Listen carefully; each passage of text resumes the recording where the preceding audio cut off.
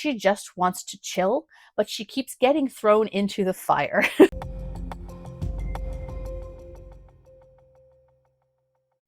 Hello, welcome to Sound and Fury Book Reviews. As usual, I'm Tina. Today I'm doing a book review of Cold Blooded by Rohan O'Duill. This is a book that came out in 2025. It's a sci-fi, military sci-fi. It's self-published. I received this book from the SPSFC 5, where I'm a judge. It's currently a semi-finalist. A military sci-fi with no holds barred action, a badass main character, and a gasp-inducing climax. Cold Blooded should be a template for the genre. What's it about?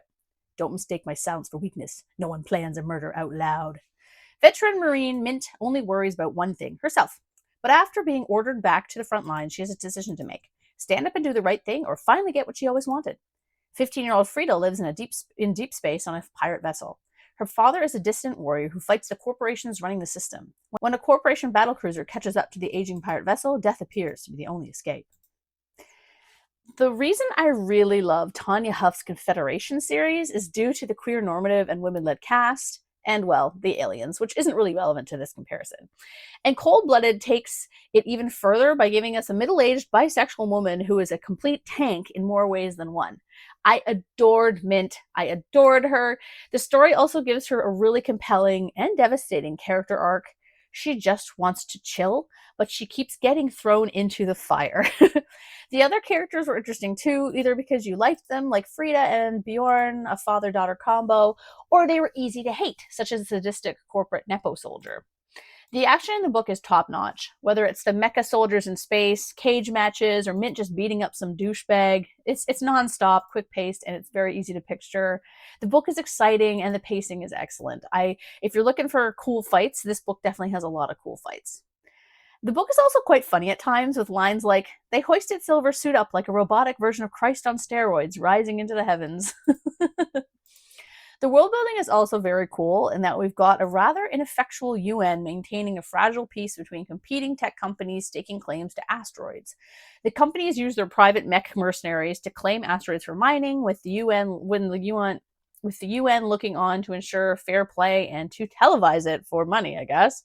It's a subtle jab at the subtle and maybe not subtle, jab at the military-industrial complex, as well as being an alienless military sci-fi that is a lot of fun.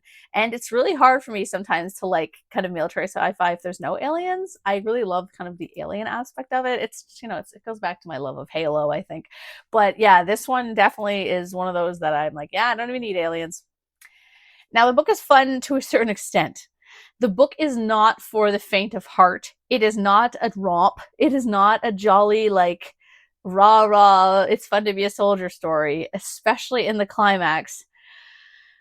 While the descriptions of violence and torture are not gratuitous, they are quite graphic, though this did serve to really ramp up the tension and the stakes. I think that it was a really good balance in the fact that if it had been kind of not violent enough, I wouldn't have worried about the characters, but it also didn't feel like it was a splatter horror just for the love of gore. You know what I mean? So I think that if you can handle a bit of violence, yeah. I mean, you're reading a military sci-fi. People are gonna die. I will say the climax needed a bit more foreplay. It came on a bit quickly, but I think if the section before it had been longer, this book might have actually made me cry. So I'm actually happy that that didn't happen, because I didn't need that in my life. Overall, an exciting military sci-fi with a surprising bit of heartbreak. I thought it was excellent. It's part of a larger universe, but I read it as a standalone and I wasn't confused or felt like it ended too abruptly. I definitely recommend it. I really enjoyed it. In fact, I think this is probably my favorite book that I've read for the competition so far, and I've ranked it very highly. So, yeah, I might check out another one of their books in the future. I'm kind of curious as to how the book ended, like what's going to happen next. And yeah, so yeah, thanks so much to the competition for the ebook. I really, really liked it.